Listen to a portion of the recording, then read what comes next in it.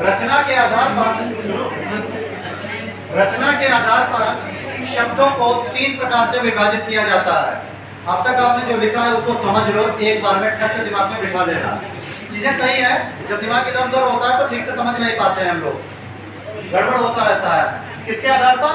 रचना के आधार पर जब हम शब्दों का निर्माण करते हैं तो उसको 3 प्रकार से निर्मित करते हैं। एक होता है हमारा रूढ़ शब्द, एक होता है योग रूढ़ शब्द, और एक है हमारा यौगिक शब्द। बहुत साफ सुथरी सी बात होती है। रूढ़ का मतलब होता है स्थापित करना, रूढ़ का मतलब होता है प्रतिस्थापित करना, रूढ़ का मतलब होता है चढ़ना, रूढ़ का मतलब होता है बिठाना, रूढ़ का मतलब होता है आरोपित करना, रूढ़ का मतलब होता है एक निश्चित अर्थ को रख देना। ये वो शब्द होते हैं जिनको टुकड़े नहीं किए जा सकते, जिनके अर्थ को परिवर्तित नहीं किया जा सकता, जिन पर किसी भी प्रकार का कोई प्रभाव नहीं डाला जा सकता है। जैसा शेर, चीता, सेब, केला, नींबू, ठीक है, बंदर, कुत्ता, बिल्ली, हाथी, इन शब्दों को किसी भी तरह से तोड़ा नहीं जा सकता, इनके अर्थ में परिवर्तन नहीं किया जा सकता। ऐसे शब्द कहलाते हैं योग रूढ़। यहाँ पर रूढ़ शब्द पूर्ववत ले लिया गया, कहो हाँ, कहो हाँ।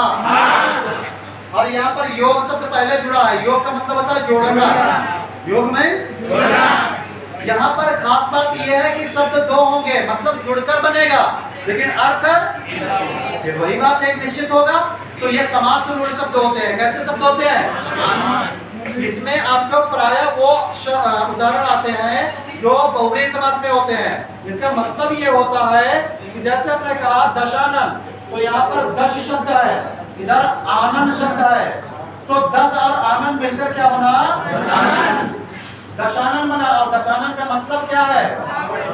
एक निश्चित अर्थ है जो है, यहाँ 10 से मतलब नहीं है, यहाँ आनंद से मतलब नहीं है, यहाँ मतलब है रावण से। एक तीसरा और निश्चित अर्थ है, निश्चित अर्थ है, अर्थ यहाँ पर भी निश्चित है।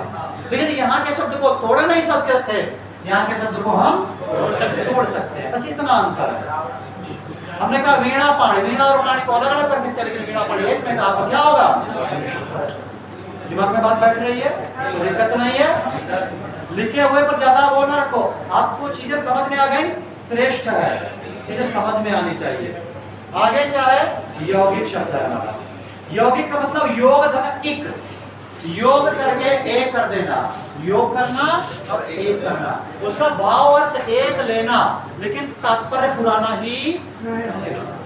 अगर यहाँ पर कहा जाता है रसोई घर, तो हमने एक तरफ लिखा रसोई और एक तरफ लिखा हमने घर। रसोई का मतलब जहाँ भोजन पकाया जाता है और घर का मतलब जहाँ रहा जाता है। तो हमने कहा जहाँ पर भोजन पकाने के लिए ठहरा या रुका जाता है, या जहाँ पर भोजन पकाया जाता है, ऐसा स्थान रसोई घर कहलाता है। तो अर्थ हमारा पूर्ववत रहा। यदि पूर्ववत अर्थ रहता है तो यौगिक, यदि पूर्ववत अर्थ न रहकर एक सुनिश्चित अर्थ हो जाता है तो योग रूढ़। और यदि शब्द को तोड़ा ना जा सके, तीनों में अंतर हो गया। कोई दिक्कत है? जो लिखा वो समझ में आ गया? कुछ अगर पूछना चाहते हो तो पूछो, है कुछ ऐसा? ठीक है, धन्यवाद।